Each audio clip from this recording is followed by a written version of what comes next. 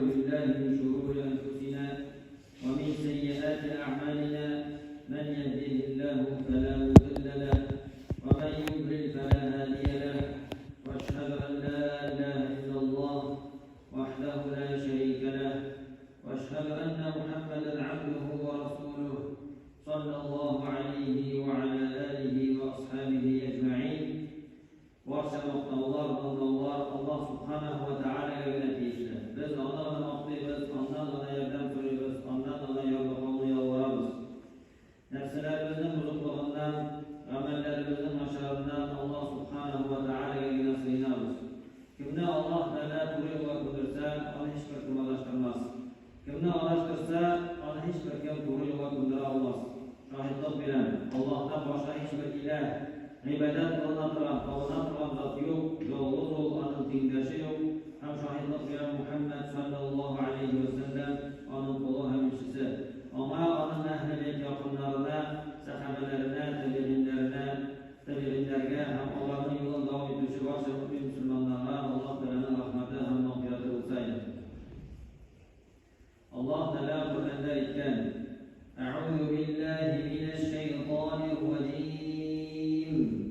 إذ يتلقى المتلقيان عن اليمين وعن الشمال قعيد ما يلفظ من قول إلا لديه رقيب عتيد.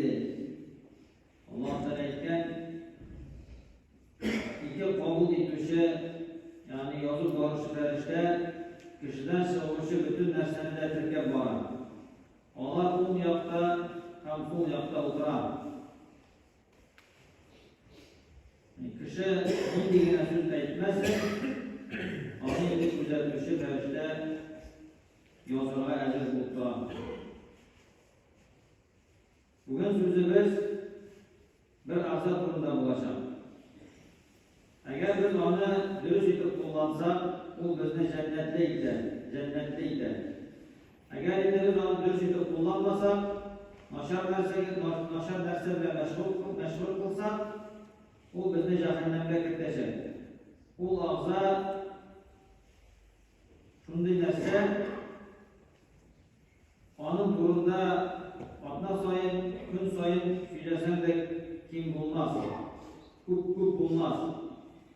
Çünkü kişi bu işrakta ona itibar vermiyor. Bu ağza o tel. Allah Teala tarafından verilgen nimetlerden birisi o endüstriyle şu tel nimeti. Bu ağza yardımında kişi özüne bir çok faydalı derseler işleyir. Hani kişinin duruşunda tel bir grubunu alıp durar. Eğer de ama filosof senede bilinmegen olsa yeryüzünde durmuş varmasıydı. Tel yardımında kişi aralaşa, ilim ala, tümülündeki bulgan hislerini başkalarına yetkirer.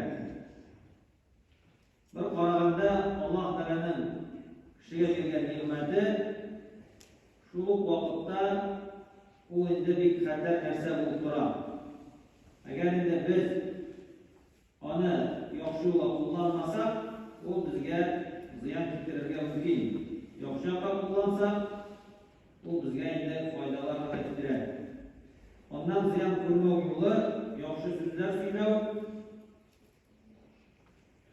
Peygamberimiz sallallahu aleyhi ve sellem bir hadisinde aytgan: "La yastaqimu imanu 'abdin hatta yastaqima qalbuhu ve la yastaqimu qalbuhu hatta yastaqima lisanuhu."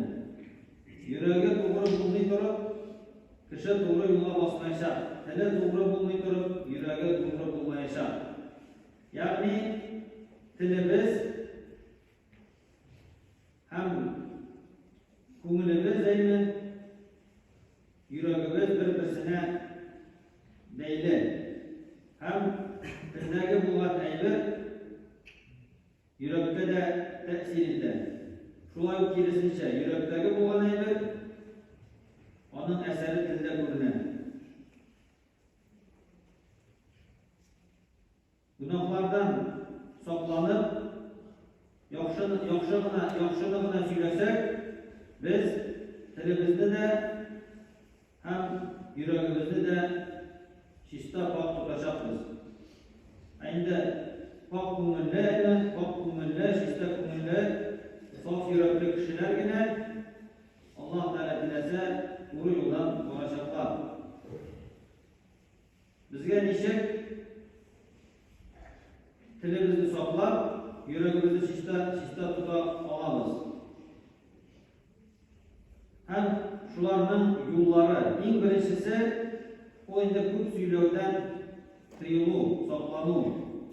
Peygamberimiz sallallohu alayhi ve sellem aytgan: "La tu'thirul kalam bi ghayri zikrillah, fa inna kasratal kalam bi ghayri zikrillah qaswatun lil qalb, wa inna ab'adan nas min Allah ta'ala al-qalbul qasi."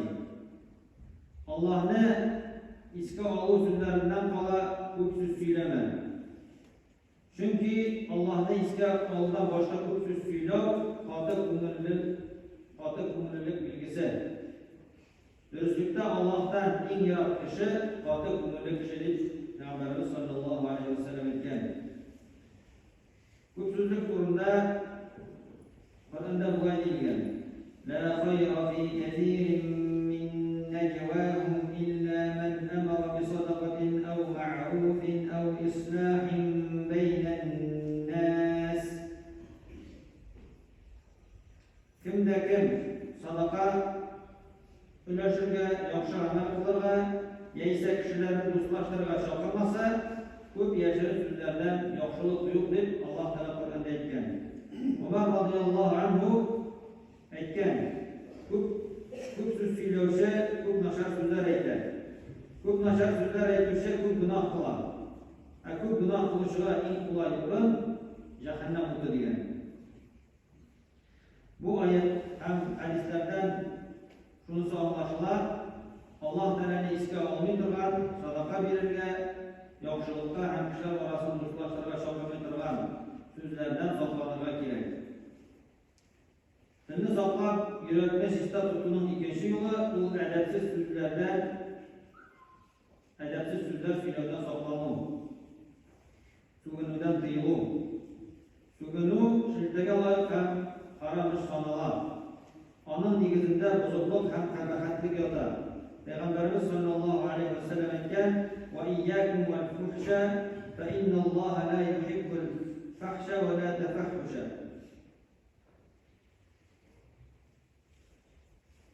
Bir başında edepsiz narsalar işlemegiz. Çünkü Allah Teala edepsizlikni de hem ona huzurunu da yarattı degan. Şuayb Peygamberimiz sallallahu aleyhi ve sellem aytgan: "Leysel mu'minu bit-ta'an ve lel-la'an ve lel-fahish ve lel-baddi." Müslüman o başkalarını hurlamay, onlarga la'nat qilmay, la'nat o'qimay, edepsiz ishlar ishlamay, ham sug'urmaydi. Jirangiz narsani oshikdan oshiq tasvirlaw edepsizlik bo'ladi. Edepsiz so'zlar kimni de bo'lsa ranjituv tilagi bilan yeysa g'azab bilan aytilar. Bizga bulardan saqlanirga kerak. Tilni saqlab, yurakni shista tutishning uchinchi yo'li masxaralardan, isqil etishdan saqlanu. Bularning ikkisi de haram sanalar. Allah Teala Kur'an'da aytgan: "Ya eyyuhellezina amanu la yaskhar qawmun min qawmin asa an yakunu khayran minhum ve la nisa'un min nisa'in asa an yakunna khayran minhum." Ey iman getirişler, bir İran ikinci İran'dan mesharet gülmesin. Bir türküm kişi aynı ikinci türkümden mesharet gülmesin. Belki Allah digilerden yaxşıraktır. Hatın kızlar da gülmesinler. Belki Allah digilerden yaxşıraktır. Mıskıl etu degende biz ikinci kişiye karata kimsitini, nefretini, türlü bilgiler bilen onun kimsiliklerini ko'rsatuvini anlayırız. Onun negizinde başkalardan gülü yatar. Şuna göre bizge bu narsadan derat qilishga kerak. Tilni saqlab, yurakni shista tutishning to'rtinchi yo'li ol g'aybatdan saqlanu.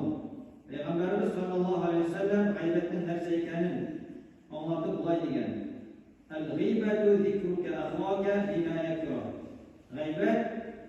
G'aybat bu qardoshingni ona shomaslik etib esga olgan. Ya'ni g'aybat bu boshqa musulmonni onun tan tinchiligi yoki kelib chiqishi, xulqi, amallari, so'zlari, diniy yoki dunyoviy ishlari, kiyimi, uyi, harakat etuvi ham boshqa narsalar turida ona o'xshamaslik etib so'z suylab g'aybat bo'lib sanaladi. Alloh taolo o'zining kitobida g'aybat suylovchilarni shirkdaga duchor etgan hamda tug'anini shusha g'aybat suylovchilarni chirigan, aynan sosigan tug'anining itini oshog'a tinglagan. Alloh taolo aytgan: "Va la yaghtab ba'dukum ba'da ayuhibbu ahadukum an ya'kula lahma akhihi maytan fakarihtumuh."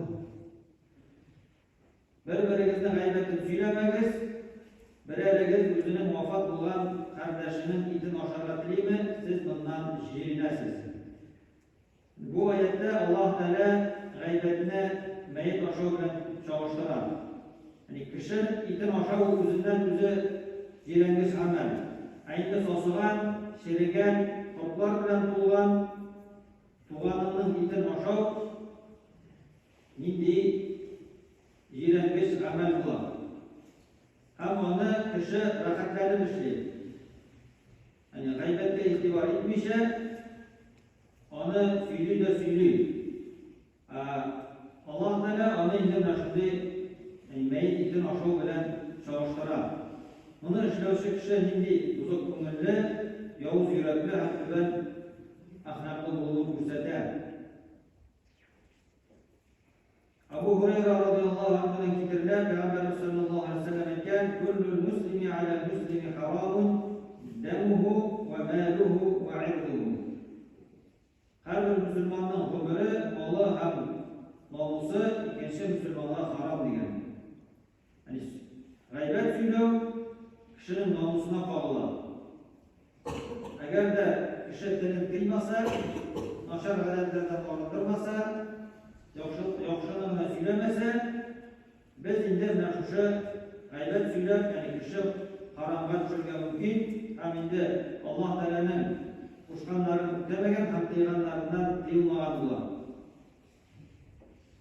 Shunga ko'ra bizga har bir musulmonlar ondan yiroq bo'lmoq kerak.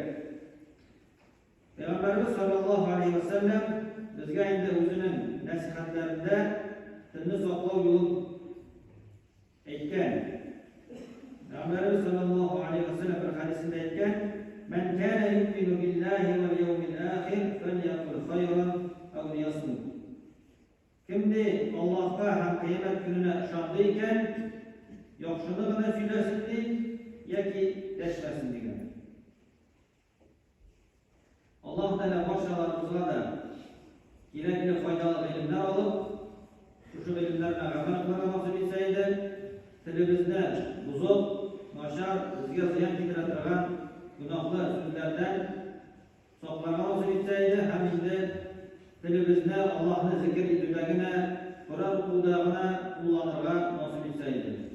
Va aqulu qawli hada va astaghfirulloh li va lakum va lisa'ir jama'atil muslimin innahu huval ghafurur rahim al-jawwadul karim as-sami'ud du'a.